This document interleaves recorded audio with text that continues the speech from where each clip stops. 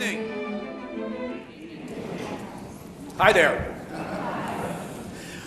For those of you who don't know me, I'm Tony Parentazzi. I'm the superintendent of schools, and I'm as surprised to be standing, being the MC this evening as you are to have me as MC. Welcome. Distinguished elected officials, distinguished and important appointed officials, all of our family members, and of course our distinguished guests and residents of the city of Somerville. This evening we are having the second half of our reorganization meeting because we didn't have it on the first Monday of January. We were all busy accepting a gratuity. If you remember, that was the evening that, or the late afternoon actually, that the city of Somerville stood by and watched the federal government hand $1 billion to the state government for the Green Line.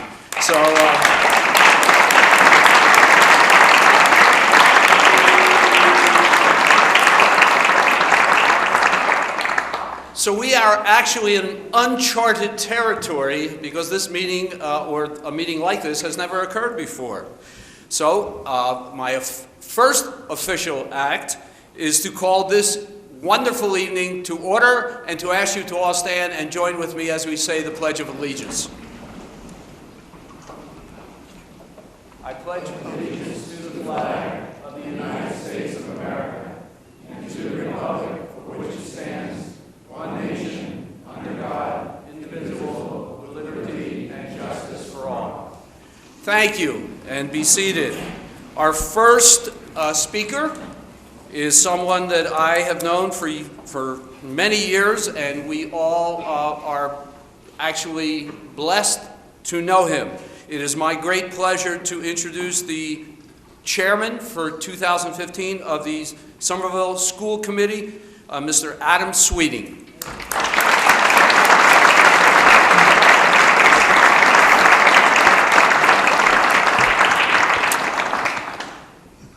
Well, thank you. Mayor Curtatone, members of the Board of Aldermen, colleagues on the school committee, Superintendent Parentazzi, members of our state delegation, friends and family. I'm honored to serve as chair of the school committee and for this opportunity to address you this evening. I deeply appreciate the confidence and trust that has been placed in me. I look forward to working with all of you this year, and I thank you for the ongoing support of public education. I want to begin my remarks by recognizing Tony Parentazzi's contribution to our cities and schools. As you know, the superintendent will be retiring at the end of this school year, so tonight represents his last State of the City celebration. Mr. Superintendent, we owe you a loud round of applause for your steady leadership over the last 10 years. I say this as a parent of 2 children in the Somerville schools who have joined me out here this evening, and as a chair of the school committee. We will, of course, have time to welcome our new superintendent later this spring, but for now, I simply want to say thank you and well done.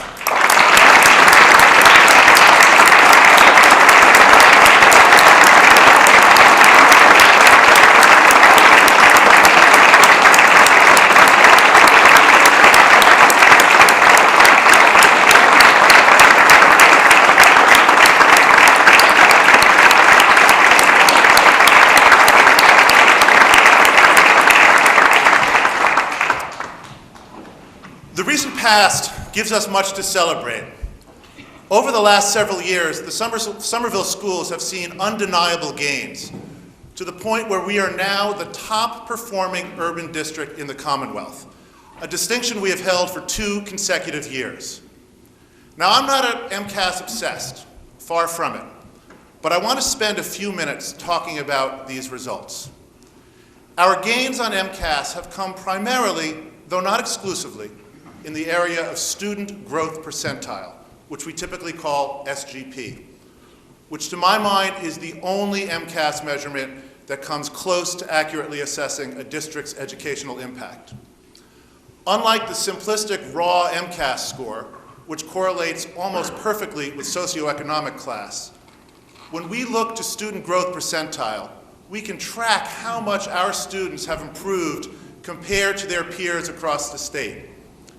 And as it turns out, in each of the last 2 years, our students here in Somerville achieved more academic growth relative to all other urban students in Massachusetts. Quite simply, they learned more than students in other cities. Now, some may question the validity of these results as simply teaching to the test. I, however, don't buy that argument. Such a claim, I would argue, insults the skill of our fantastic teachers and our hardworking students, while really missing the point about student growth. Rather than teaching to the test, our exemplary showing comes from the hard and patient work of aligning our locally derived units of instruction in ways that sharpen critical thinking skills such as interpretation, judgment, and the evaluation of evidence. These skills demand far greater intellectual aptitude and imagination than what MCAS historically measures. Now, we are proud of these results, and we should be, but they do not define us. We are equally proud of investments in early childhood programming that will make Somerville the leading city in the state for devising comprehensive programming for all children, starting from birth, even beforehand. Our ambitious and well-conceived Universal Kindergarten Readiness Program brings together public and private organizations so that all children, whether they are enrolled in our SMILE program, attend a private daycare, or are under the care of a family member, will arrive at kindergarten ready to learn. If you haven't yet done it, I urge you to visit the new Somerville Hub website. There you will find a brand new portal with reams of information about early childhood programming in our city. It's the perfect blend of technology, education, and progressive values, which we should be proud of. We are proud, too, that all of these gains came while we continue to invest in art, music, and extracurricular programming, all without charging fees to our families and students. We've returned foreign language instruction to the middle grades, redesigned our college and career readiness, reduced high school dropout rates, significantly beefed up our middle grades program, and added electives and AP courses in our fully comprehensive high school, a school that was recently recognized in the Boston Globe as one of the metropolitan area's dream schools. And speaking of the high school, we are working with the mayor, the board of aldermen, and state officials to conduct a feasibility study to determine whether to renovate or rebuild that venerable building just across the concourse. It's clear that these investments have caught the attention of our community, as we now see increased enrollments in the early grades, a trend that gives us the enviable problem of having a space crunch. Indeed, the buzz about Somerville schools has spread across the state and even the country. It is no coincidence that when our superintendent's position opened up, we had applicants from across the nation, all of whom spoke excitedly about the possibility of working in a city on the move and a district that has laid the foundations to be a true model of progressive urban public education. Now, as it turns out, we didn't actually have to look too far. We found the ideal candidate right next door in Boston. And I know that all of you will join me in welcoming Mary Skipper to our district when she comes in July. But as we look to the future with optimism, we owe it to ourselves and to our students to recognize that we still face many challenges in our schools and city. We need to resist the too common habit of patting ourselves on the back and saying, everything is great here in Somerville. I worry, for example, that we, and I mean us on the school committee and the district, have grown too comfortable in our talk about diversity. As we honor the legacy of Martin Luther King today, we need to remember that some of the definitive struggles of the civil rights era revolved around education. Yes, diversity is our strength, but as several candidates for the superintendency mentioned, we can't just talk the talk. We need to do more than celebrate our diversity with fairs and multicultural breakfasts. Those things are easy to do. We need to develop a deeper and cultural and linguistic literacy so that the families of the 69% of our students who qualify for free or reduced lunch are brought more fully into the fold. We should make sure that all students are pushed toward advanced and AP courses at the high school. We should remain vigilant in our efforts to diversify our staff to better reflect student population. And above all, we should never forget that across the city, we have families doubled up or even tripled up in apartments who deserve our closest attention and support if we truly hope to live up to our commitment to building a fair, just, and beautiful Somerville. Now, don't get me wrong. We do very good work on addressing the needs of our most vulnerable students. And thankfully, we don't have to think of educational resources as part of some zero-sum game. Targeted investments directed toward our neediest students do not lessen the opportunities for better-off students, such as my son and daughter. In fact, just the opposite is the case. That said, we must remain committed to meeting the needs of all students, wherever they fall on the socioeconomic scale. And when we fall short of that goal, we must reassess our approach. I worry that rapid gentrification will exacerbate the problems of equity and access we have worked so hard to address. We often speak of achievement gaps, where one group seems to be doing less well than another. But what we really have here in Somerville and elsewhere are opportunity gaps, which amounts to the same thing. Too many students lack the opportunities for learning outside the classroom that their suburban peers take for granted. To be sure, no school system can by itself eliminate gaps in student opportunity created by varying degrees of economic security, but we must do everything we can to reduce the impacts of those gaps. And that's where our investments in the whole child come into play, especially in matters of mental health and physical well-being.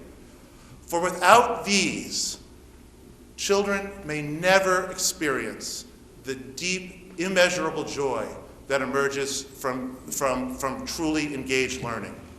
If we can guarantee these fundamental rights to our students, there is no telling what our amazing teachers will do. Indeed, the learning potential here in Somerville would be virtually unlimited. As our city risks becoming a collection of high-priced condos, we need to ask ourselves where working families with children will live. School committee members and school officials have a role to play in shaping the ongoing dialogue about gentrification and development. In my view, access to affordable housing and the redevelopment of places such as Union Square are educational issues, for they influence who will be here for us to educate in the first place. Clearly, Somerville is hot, and people want to live here, as they should. It's a great place to, in the mayor's excellent phrase, and I mean that, to live, work, play, and raise a family, to which I would add, and go to school. But if we want Somerville to retain its soul, we cannot simply sit back and passively wait to see who arrives at our school doors. Certainly, we will teach anyone who shows up, and we will teach them well. But those of us working in the schools can and should be talking about the impact of gentrification louder and more clearly than we have, and I stand guilty as charged. It is our job to make sure that current and future development projects in Somerville be viewed as schools-related issues. Now, I'm an optimist by nature, so despite these concerns, I think the future of Somerville schools shines brightly. There is so much good stuff going on here, and it will get better still if we continue to invest wisely and to keep our commitments to all students. But the economic transformations in our midst bring us closer to a future wherein the rich, dynamic set of student experiences we love about Somerville will become harder to retain as working families get priced out. Fortunately, we have the most engaged and creative community of any city in the Commonwealth. If any place can manage these challenges, Somerville can. Our schools have had the unwavering support of the mayor and the board of aldermen, and the goodwill among families is clearly on the rise. Working together, we can ensure that the tremendous and exciting gains of the recent years will be sustained. It's up to us, however, to make the commitment to equity and access ongoing. Thank you very much. I look forward to the coming year working with all of you.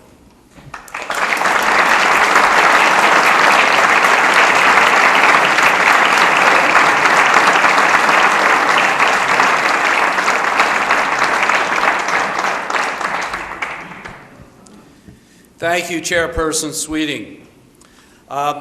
In the scheme of the unprecedented, I believe the next speaker has an unprecedented position as being elected by his colleagues, not once, not twice, I've always wanted to use this word, but thrice, as President of the Board of Aldermen. It is my great honor and pleasure to introduce someone who really does need no introduction, the Board of Aldermen President, Mr. Bill White.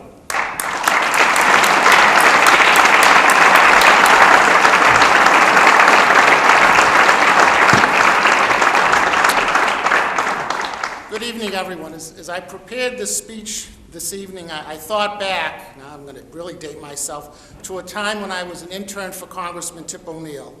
And Tip told a very interesting story. And again, for modern folks, this story relates to a time before teleprompters, before word processing even.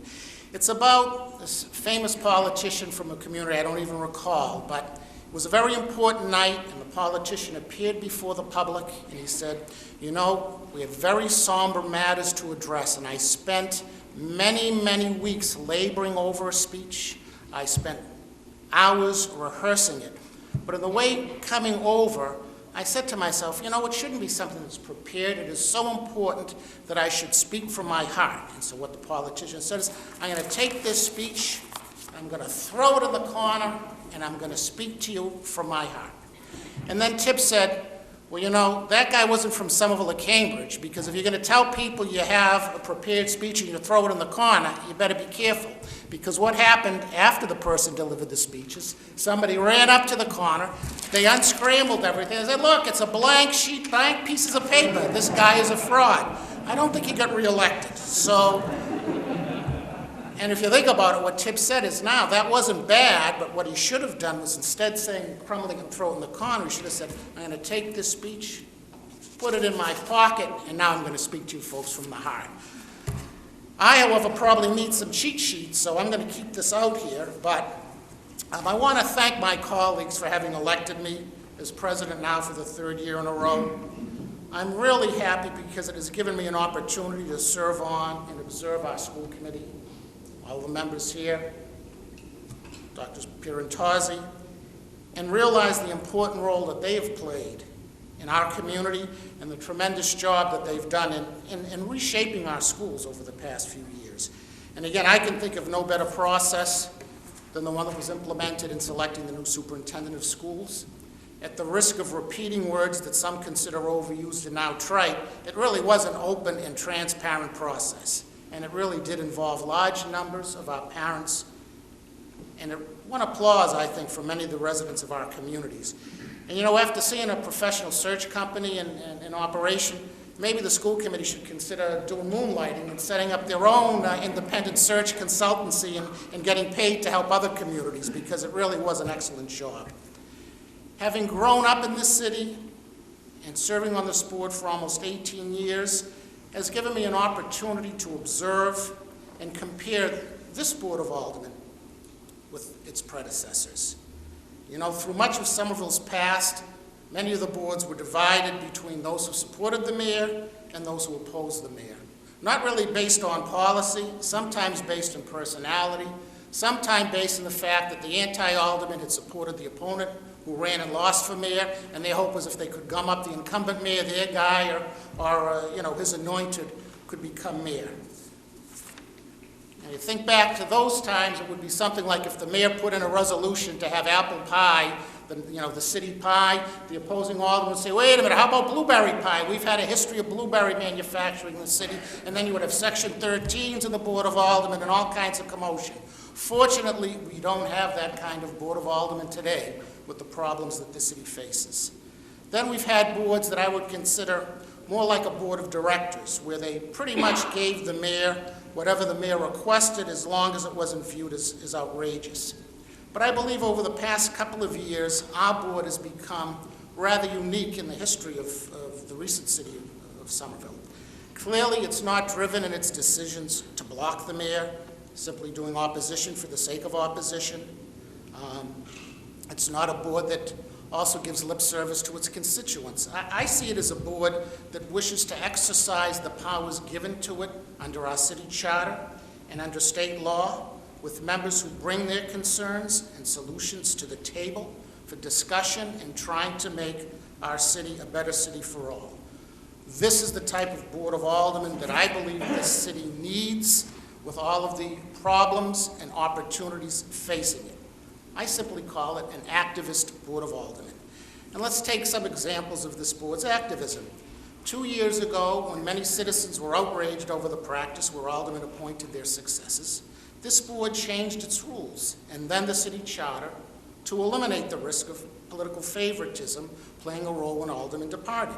Now, we recently enacted a law that disqualifies us, all the aldermen, for a 1-year period of time for employment in the city after we leave office. And we're also working on an ordinance to address nepotism in hiring.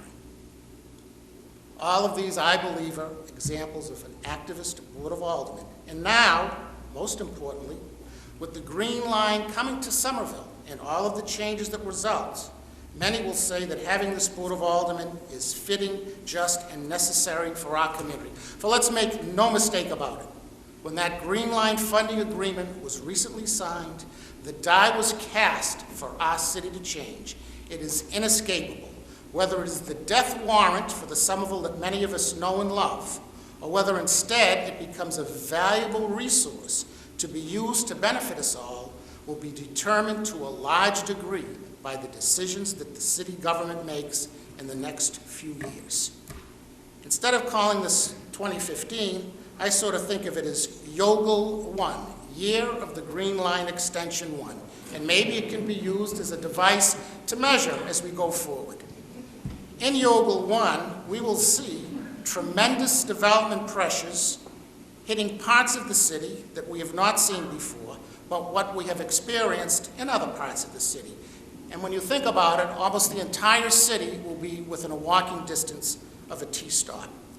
And the first tool that we have to address this development pressure is the new zoning proposal that the mayor has presented to this board. And I want to thank the mayor and his planning staff, because I know they spent, I'm not going to say hours, they spent ages working on what appears to be, I think, a cutting-edge, zoning proposal that gives this board and this community the opportunity to really set the future. And I want to pledge that this board will give top priority to that proposal, and that the residents of this city will have a full and fair opportunity to first learn of its provisions and then participate in a very public process. With that said, I've already requested that the planning staff prepare summaries of how the zoning will impact each ward, and then I would ask that after that summary is prepared and distributed, that there be a public meeting in each ward to discuss how the zoning will impact that ward in detail. It is my hope and prayer that we really spend as a community substantial time and substantial debate about the neighborhoods as they currently exist and the people who have come to Somerville and made it their home, many of them for generations. For the last thing we want to do is force these folks out. You know, we do many studies in the city every year, and perhaps we should do a study to find out what is important for our current residents and what we can do to keep them here. I think we owe it to them. For the allure of development is seductive. The construction of new buildings with groundbreakings and newspaper articles are hard to turn down. But long after the memories are gone, the buildings and their impacts on our neighborhoods will remain. And I know I said it last year, but I will say this again, for there is a real distinction between a mere city and a community. If you think of a city as the physical layout of its structures and streets within a defined geographical boundary, then Somerville will continue on, no matter what we do. But to think of Somerville as a community requires a different perspective. A community is a place where people come together with mutual goodwill, respect, and tolerance. Members share a common lot and help each other in an unselfish manner. This experience is built on direct acquaintanceships and understandings that result from contact among its members.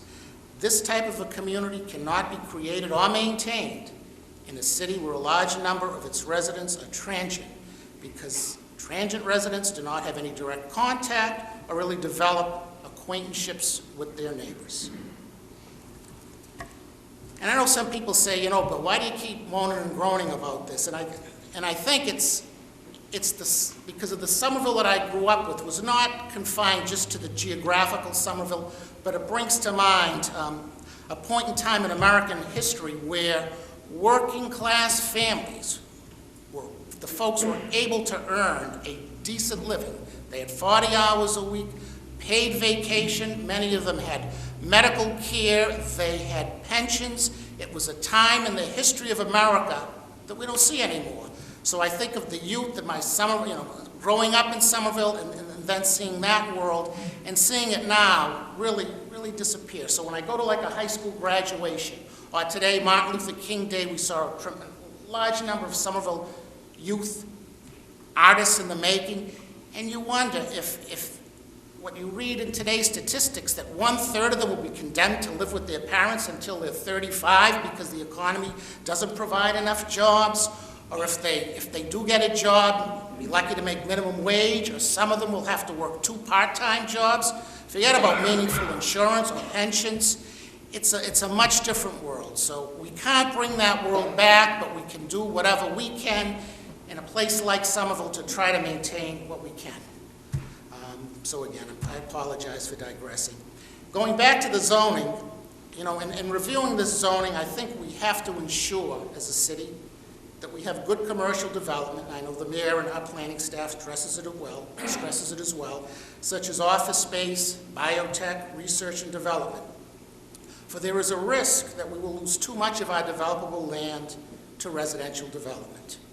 As we discuss our zoning, perhaps we have to think about whether we should keep certain areas as dedicated only for those uses, so we don't have the pressures of residential development taking those away from a future generation who may need the commercial development for meaningful tax relief. And I know our Summer Vision plan calls for the creation of 6,000 new residential units, but we also see that the mayor has proposed the creation of 9,000 new residential units.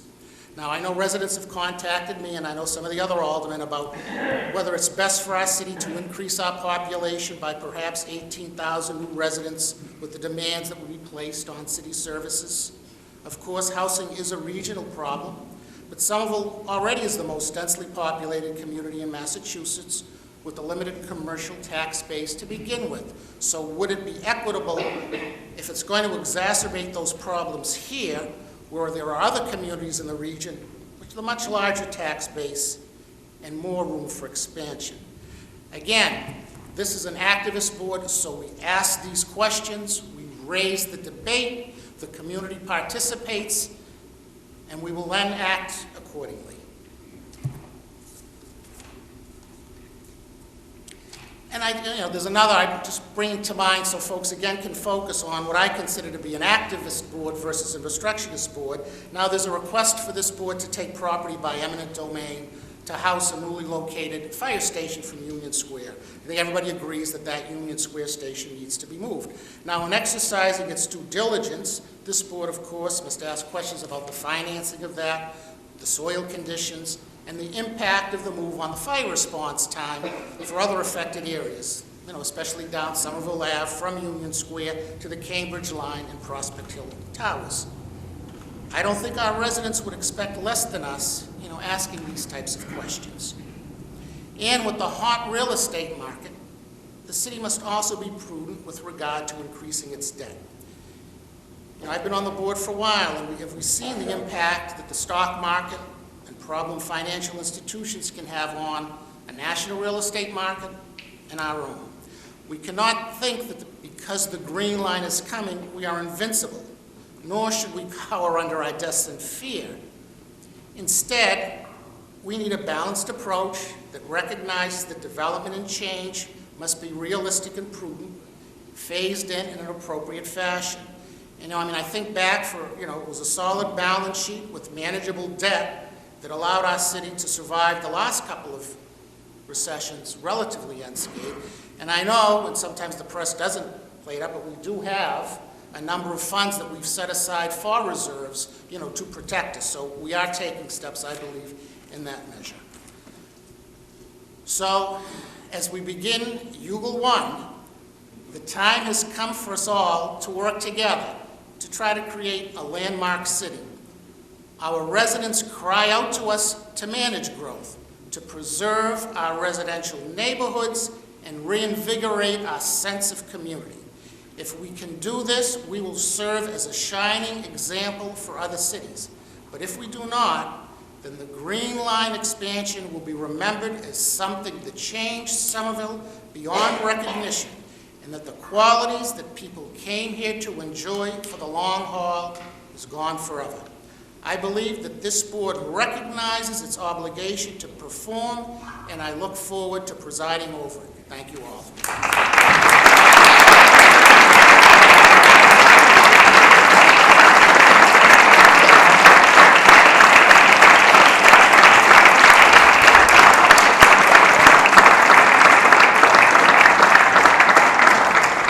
Thank you, President White. It is truly an honor for me to take my next responsibility to you and to introduce our mayor. About 10 years ago, actually, I met a first-term mayor of the city of Somerville, Mayor Joseph A. Curtatone, during a visit to my then school district. I was impressed with him and the other visitors from this wonderful city. It's one thing when you're born here and you love the city so much that you stay and you work. Those of us who have moved here on purpose because we had a choice and chose to come here, I think we could have a debate about which means you love it more. But I don't believe anyone would ever say anything other than, we have never met someone who loves this city as much as our current mayor. One of the mantras that Mr. Sweeting mentioned to you, in my mind, really takes a second place to one that I know our current mayor constantly thinks about. And it's simple. What is best for the residents of the city of Somerville, all the residents? Because what's best for the people is what's going to end up being best for the city. Because a city like a school building, a city like our homes, a city is who is there, because it's the people that makes it special. And I have been really blessed. I have been unbelievably lucky for my entire 10 years in Somerville to have the longest mayor who has ever served our city, and it is my great pleasure to introduce someone who everyone knows, Joseph A. Curtatone, the mayor.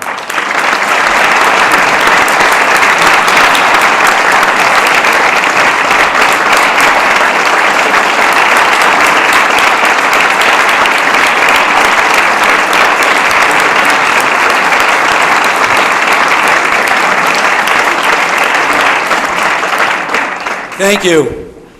Well, good evening. From Little Horse, folks.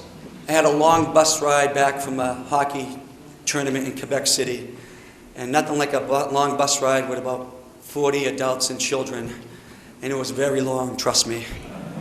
And I beg your forgiveness. And I give regrets for my wife and children who I gave the night off. Believe me, they needed a break too.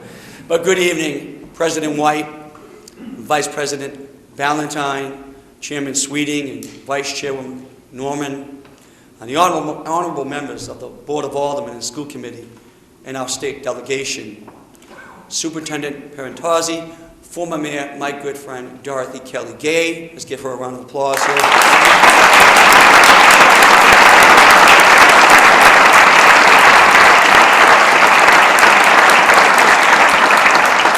Honored guests, friends, families, and fellow citizens, I want to wish you all a Happy New Year. I stand before you humbled and resolute.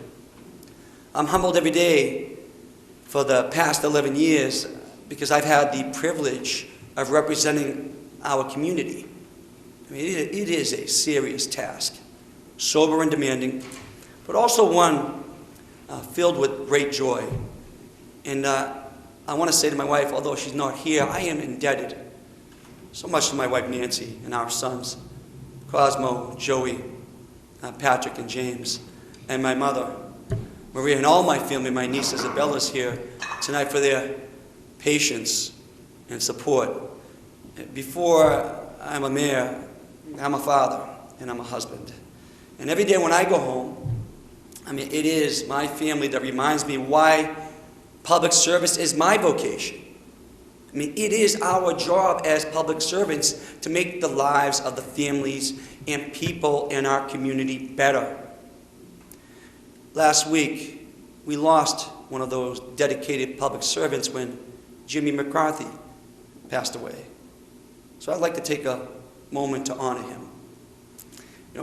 Jimmy served his country and city with pride and dedication. He served on the school committee and then the Board of Aldermen, where, I never checked it out, but he claims he was the first alderman to be elected president in his first year. And he remained dedicated to the city until he passed by serving time on the Somerville Redevelopment Authority. He cared greatly about the city, cared about the community, and he was deeply, deeply proud of Somerville. We too are proud of him. And we are also proud of our schools, in no small part due to the outstanding service of people like Jimmy McCarthy, but also because of another public servant who you've heard of from this evening, who retired this summer, Tony Parentozzi. Tony Parentozzi's leadership of the Somerville Public Schools has been a decade of continuously better education, better results for our kids, and better futures for our families. As you've heard and you know, today Somerville is the best performing urban school district in the state. Thank you, Tony, for embracing Somerville and for becoming Somerville. Thank you very much.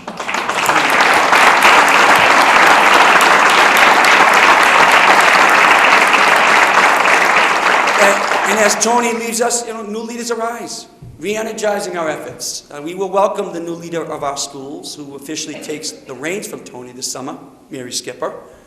But we also welcomed another leader. And he is one that we are fortunate to have known for years. And I want to recognize him, our new Chief of Police, David Fallon.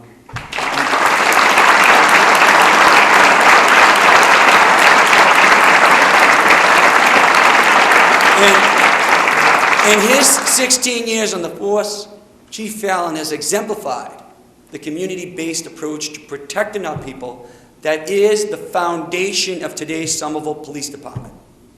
And that approach is evident in the steps taken this past year. All Somerville police cruisers are fully equipped with Narcan, enabling officers to save the lives of some of our most vulnerable residents.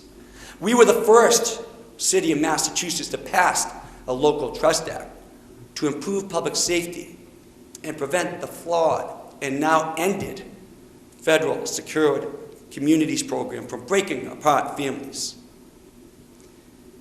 Today is Dr. Martin Luther King Jr. Day, when we celebrate a man who from jail wrote, nonviolent, direct action seeks to create such a crisis and establish such creative tension that a community that is refused or consistently refused to negotiate is forced to confront the issue. It seeks to so dramatize the issue that it can no longer be ignored. We all know nonviolent protesters, and the spirit of Dr. King demonstrated in Somerville last month in the wake of the grand jury decisions in Ferguson and Staten Island. They were able to express their concerns, and they did so safely thanks to the thoughtful planning and peaceful approach of the Somerville Police Department. And I am proud, I'm sure you are as well, that the Somerville Police Department leads the way in upholding justice for all our people with honor, dignity, and integrity. Thank you.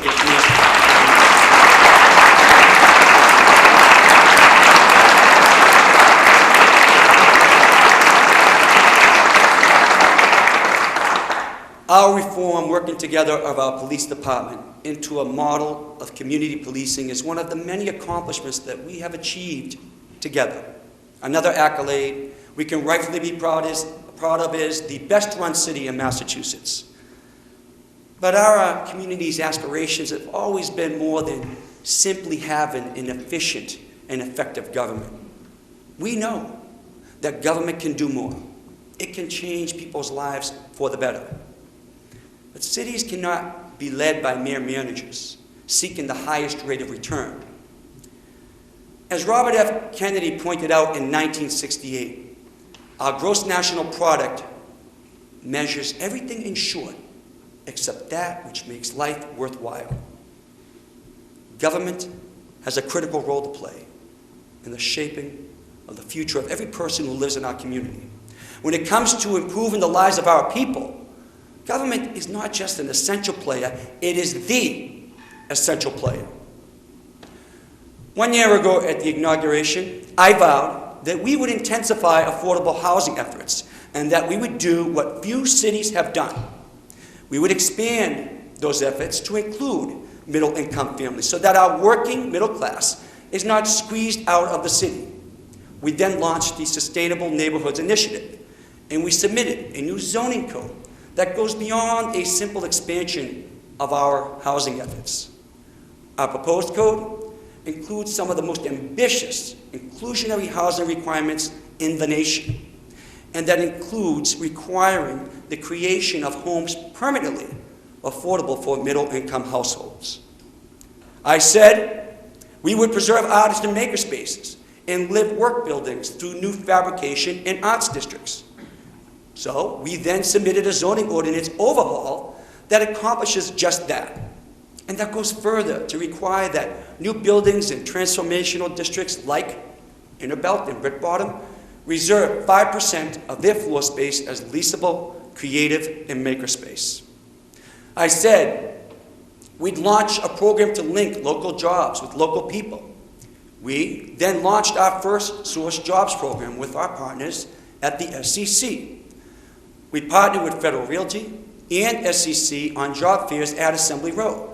And as a direct result, close to 50% of all new hires were from Somerville, exceeding national local source standards. We launched our Pocket Change program and Help Around Town online job board to connect local businesses with local job seekers. I said we would expand our city's ethics ordinance so that Somerville has the toughest ethics laws in Massachusetts.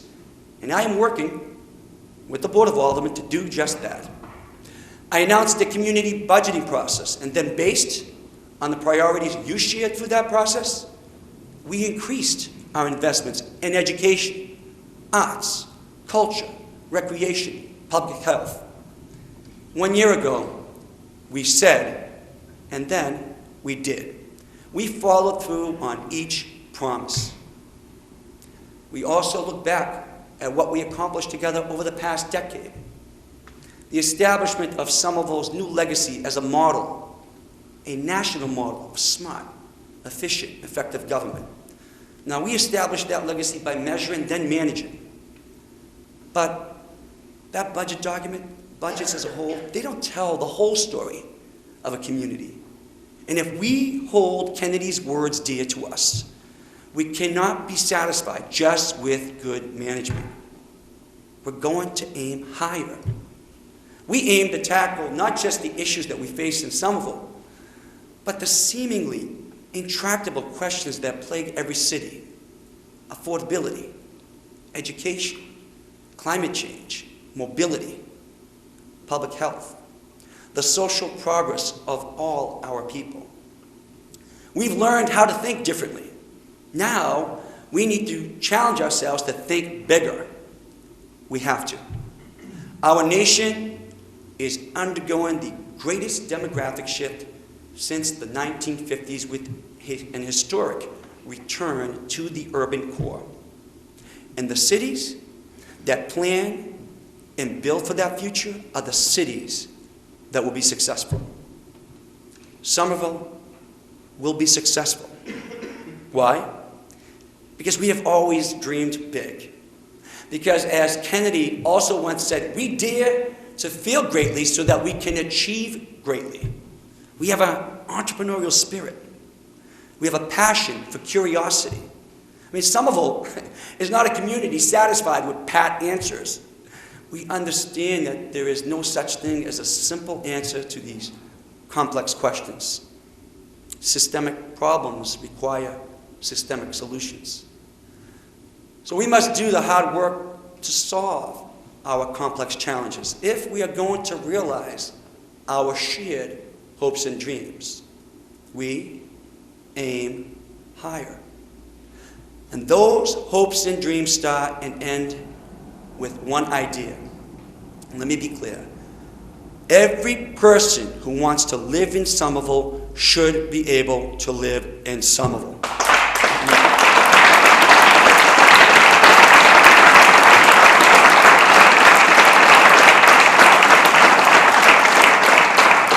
Our diversity, which was so beautifully displayed today at the MLK celebration, is at the very heart of who we are as a community. It is our soul. We cannot lose it. We will not lose it. This past year, I put forth and the Board of Aldermen passed 2 important bills. Somerville homeowners now receive the largest residential property tax break in the Commonwealth. No one else saves more. And developers will now contribute more in linkage fees, raising an expected $1 million per year that is dedicated solely to creating affordable housing. But housing costs are only part of the affordability puzzle. A resilient, sustainable local economy is needed too. The groundwork we have laid, matching our community's vision with careful planning, has led to great milestones in the past year in building that sustainable economy. Phase 1 of Assembly Row is open. The development has its first high-tech tenant, Smart Bear. Partners Healthcare has broken ground on its new administrative offices. Now, these businesses coming here didn't happen by accident. We studied how 21st century businesses were making decisions, created the environment that made them want to come here, and then recruited. Now our commercial tax base is growing in Assembly Square, and those new businesses are creating local jobs for local people. Our successes at Assembly Square are not by accident. They are the result of years of planning and work. And we're going to undertake that same community-based work in Union Square. The challenge is different. Assembly is a brand new neighborhood built, upon a largely blank slate. Union is already a great neighborhood, but our community's goals are the same. More businesses, more housing, more economic growth, more open space, and more public amenities. Our proposed zoning code reflects those same values and goals. It will not only make it easier for small businesses and homeowners to make needed improvements, it will make development even more transparent and predictable, so we can build the homes, offices, open space, and more that we need as we preserve our neighborhoods while pushing development to our transformative areas. CPA funds will help us reach these goals as well. Our community support of the Community Preservation Act has yielded nearly $5 million in funds from residents, the city, and the state available for affordable housing, open space, historic preservation, and recreation projects this year.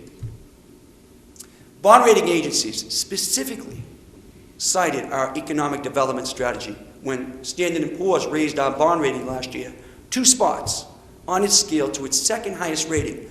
And hear me out, we will get to the highest rating. Make no mistake, Somerville will get to AAA.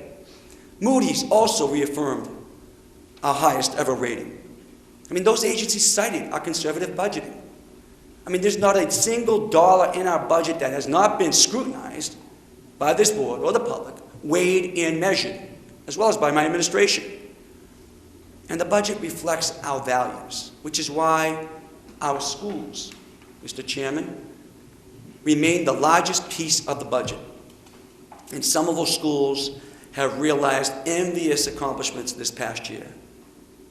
Our schools are in the top 15% of Massachusetts districts for student growth.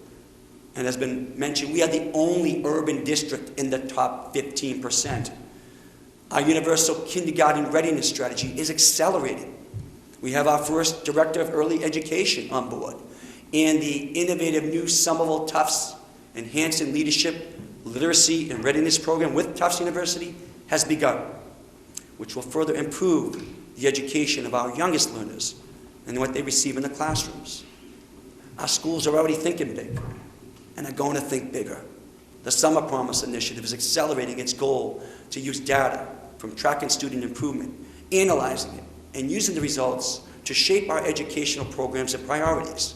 Somerville is one of only 8 local governments in the nation chosen to partner with Code for America in 2015.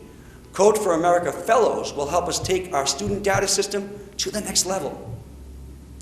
And we are also going to transform the way we move as a community. So let's take a moment to celebrate the transportation milestones that were reached this past year. The Assembly Square Station is open. The Green Line extension actually broke ground. The Green Line extension is funded. The Obama administration signed, sealed, and will deliver $1 billion to build the Green Line extension. Folks, it's happening. It's done.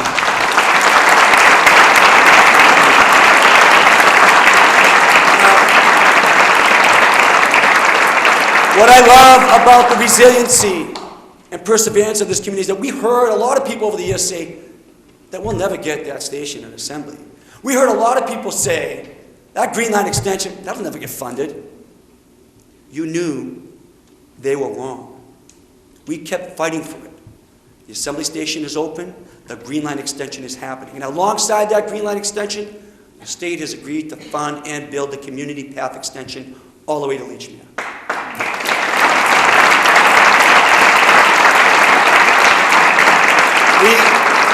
We passed the first Complete Streets ordinance in the Commonwealth. We were ranked #1 biking community city in the Northeast. We launched the Park Mobile app, making us the first city in the region to offer payment by phone at every parking space in the city. And we completed our first ever citywide accessibility survey. Folks, we are not done. We look to the community's shared hopes in summer vision. This year, we're going to think bigger. We're going to aim higher. Like every issue we face, transportation is a complex system. So we will create a mobility plan that lays out the long-term, comprehensive vision for our community's transportation system. As the population of cities grow, we need to rethink the infrastructure that gets us around. And as we build a transportation infrastructure for the 21st century, we also have to address water, sewer, and building infrastructure that was built for the 20th century and is aging rapidly. Our police and fire departments in Union Square are operating out of a building that began as an MBTA car barn in 1927. Somerville High School was originally built in 1872 and has not been updated in almost 30 years. Now, as you heard, we are moving forward with the state to conduct the feasibility study for the high school, and we have located a rare land opportunity on Somerville Avenue to create a new fire station.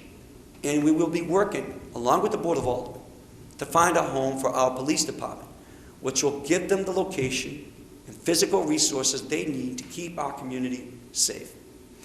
The majority of our active sewers were constructed before 1920 as a combined system, carrying both sewer and stormwater. We are developing a 15-year plan for our sewer system. In this past year, we created a new water and sewer stabilization fund to address the need to continue separating our stormwater and sewer systems to improve performance and help mitigate flooding. Now, the issue of flooding brought on by increasing severe weather speaks to a larger problem than physical infrastructure. It speaks to climate change. This past year, we set our goal to become carbon neutral by 2050. Some would call that ambitious. Well, those paying attention rightly call it absolutely necessary. We will not abandon our children and our children's children to a world devastated by the scientific fact of climate change. Somerville will do its part. and we must aim higher. This year, we will complete an inventory of our city's carbon output. We are soliciting ideas from green tech companies for projects we can pilot in Somerville.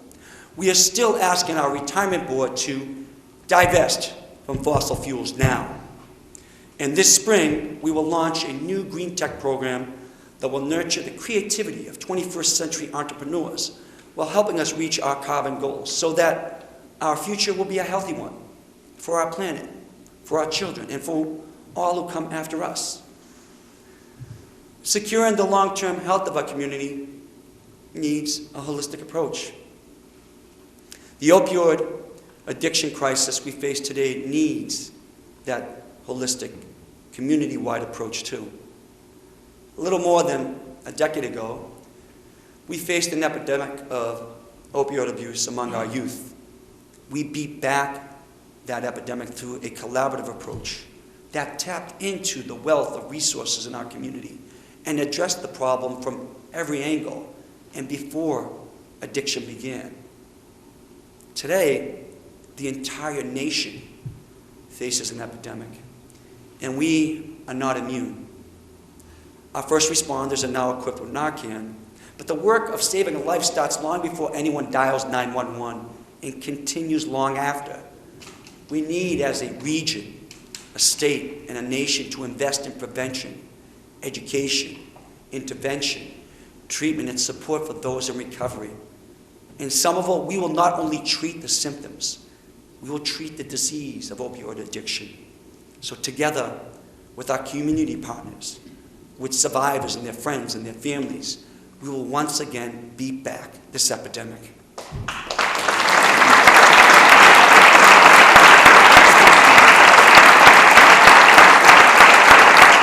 And this work is important because our greatness is not measured by what we own and acquire, not by what we build, but by each other. Again, it's not what we build that makes a city great. People make cities great. It is people that we must lift up economically, environmentally, and educationally. We must care for the health and wellness of all our people and have tolerance and inclusion for all. We began measuring the well-being of our people by becoming the first city in the nation to measure resident happiness. This year, we will take the next logical step and become the first city in North America to gauge our progress with a social progress index. We will now measure success not in dollars and cents alone, but also the kind of life afforded to everyone who calls Somerville home. Kennedy spoke about how the gross national product was then over $800 billion a year, but that it did not measure the health of our children, the quality of their education, or the joy of their play. It does not include the beauty of our poetry or the strength of our marriages, the intelligence of our public debate, or the integrity of our public officials. Today, I say, envision a city that says our greatness is not only determined by production and wealth, but by the high levels of tolerance, inclusion, sustainability, health, and advanced education. And that is what we will measure. We should and will be that city. And while we pursue these long-term goals, we will continue to improve core basic services in our pursuit of ever better customer service for all our residents. We've expanded our award-winning community engagement efforts to include full-time Portuguese, Spanish, and Haitian Creole language liaisons. Our assessing office, working with the Board of Aldermen, undertook unprecedented outreach to better serve property owners. The new Citizen Serve portal now allows everyone to apply for building and health permits online. Vital records like birth and marriage certificates can also now be purchased online. This year, we will build a new, user-friendly, and accessible city website. We will establish a technology leadership council to ensure that as technology advances, that we integrate the most useful tools into our work. We will also reintroduce our mystery shopper program to test our services. And we will continue to collaborate with organizations from Harvard, MIT, Tufts, and other universities to private businesses and service providers to maximize our efficiency and effectiveness.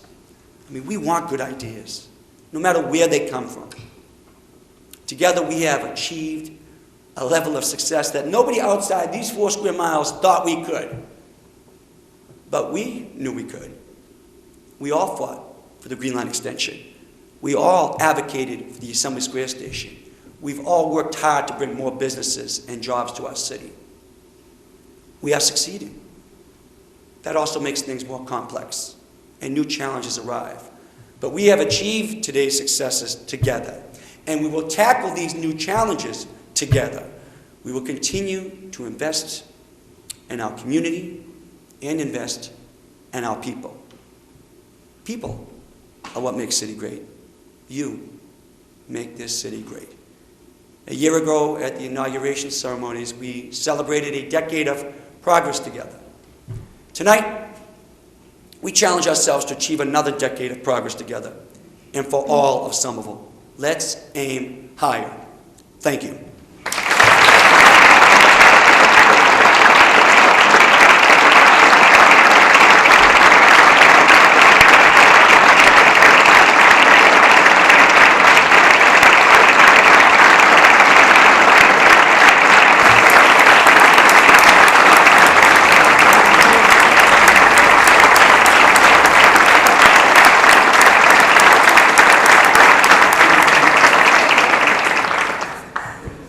Thank you, Mr. Mayor.